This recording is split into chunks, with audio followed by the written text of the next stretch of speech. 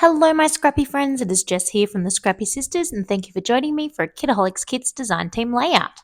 This is my last layout for the month of April using this brilliant Vicky Booten kit designed around the Discover and Create collection.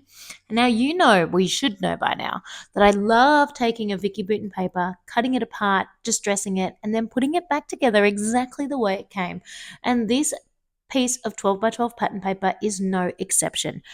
So this piece of pattern paper came with these beautiful rainbow stripes across it as a full 12 by 12 piece. I ended up cutting it into each colourful strip, distressing all the way around the edge. Now, if you're playing along at home, this is the one that I distressed using my paper distresser, not my scissors. I found it a lot neater and I didn't tear up my page as much, but it probably took a little bit longer. And then after I had distressed all the way around the edges, I then stuck it all back together in exactly the same way that it was designed. So I didn't change up the color order. I didn't change up its design at all. All I did was cut it apart, distress it, and put it back together again. And I just think it looks super cute. It was a beautiful paper in the first place with all those amazing colors. And then, of course, by adding just that little bit of distress, I said it last week, and I just love that the little bit of white sort of peeking through from being torn, from being distressed, from just having a bit of the 12 by 12 that I'm sticking it to. I feel like it just helps to tone down the intenseness of this layout. Now, this particular layout just goes from being colorful to even more colorful to even more colorful, if I'm being honest. I did send this one to my sister and say, do you think this is too busy? But we decided it was fine and to just embrace the busyness. So I pulled out these little post-it note type ephemera pieces out of the ephemera pack, and I just slit a little hole underneath where the imaginary tape is and used that to adhere onto the edge of my photo, of each photo that I cut down to be approximately 3 by 3 size. And then I just felt this looked really cute because it looked like the photos were being stuck up on the post-it note. And it was a little bit messy and it had the cute little coloring. And I just thought that looked really cute.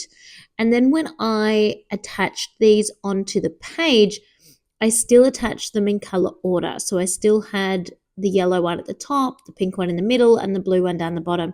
I did think about doing,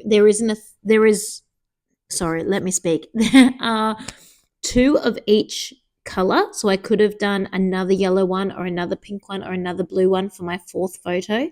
There are also other options like a clipboard and things like that. And I did think about using that for the bottom photograph. But in the end, I just went with using nothing but putting that large black camera beside that photo. I think that was sort of enough to make up for its lack of backing, its lack of its own little post-it note. I think that worked out fine. And I just really love the way this kind of looks. It kind of makes me think of stuck on a notice board or stuck on a pin board at your lab, at your workplace, because the boys look like they are being scientists, which actually they are. So they're wearing little lab coats. And what I have done here is, it was the school holidays and Chadstone Shopping Centre was having one of their school holiday activities that is free, and it was run by the NGV, and it was called the Botanical Lab. So I booked them in for a session there. They went there, they got dressed in their little lab coats, and then they just did a bunch of little art and craft activities, all relating to botanical type things. So they made origami flowers, which are the top two photos.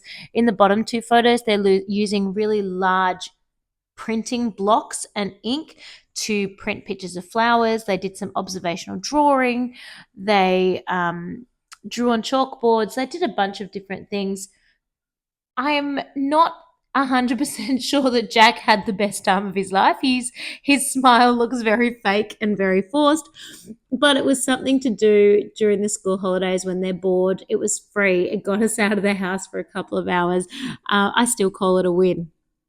And the photos are still cute. So I'm about to pop on this little ephemera piece here that says captured on film, and I did that on purpose because of the camera down in the bottom right, sorry. But then I thought I kind of wanted the flower to go there, and by putting the flower there I was covering up the word film. So then I thought, oh, maybe I'll just cover the whole thing, but then that didn't work because the flower wasn't big enough. So then in the end, which is what I should have done in the first place, is I chopped the word film off, and it just says captured now. Look, both was fine. Captured on film was totally fine, but I think just captured is also fine. Steph included these really cute little golden, I don't know what you'd call them, flags or tags. And they've got little eyelet holes, which I tied a little bit of black string through, just put a knot on it, and adhered some tiny words that also came. I fussy cut off the ephemera pack that also came in the ephemera pack. And then I kind of bent them a little like I was bending all the flowers. I didn't want to stick the flowers up or this tag up on foam. I just wanted the photos up on foam. But by just putting a little kink, a little bend into the paper, it still gives it that little bit of pop and that little bit of texture, which I really like.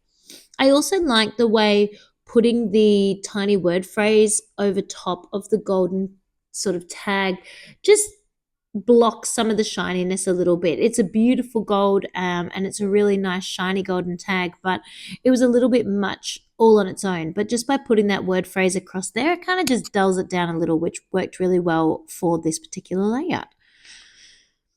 So once I have put these on, I'm just tying my last little knot here out of some thread that we got in last month's kit, I think, or maybe the month before. I'm not sure. But also the thread came in a kit as well. I'm going to play with my title. I do cut a little bit of making this title out. It was not complicated. It was just long, and I didn't think you needed to watch me put thickers on a page. So I put down the word botanical, and then I put down the words NGV and lab, because that's exactly what they're doing. No rocket science there. I also cut out myself putting glue on the page and the first little wood veneer hearts, because all you could see was the top of my head and none of the 12 by 12 page I was working on. And now I'm just finishing it off with a few of these little buttons. I really, again, wanted to stick with the tone on tone, so I'm being careful where I put them.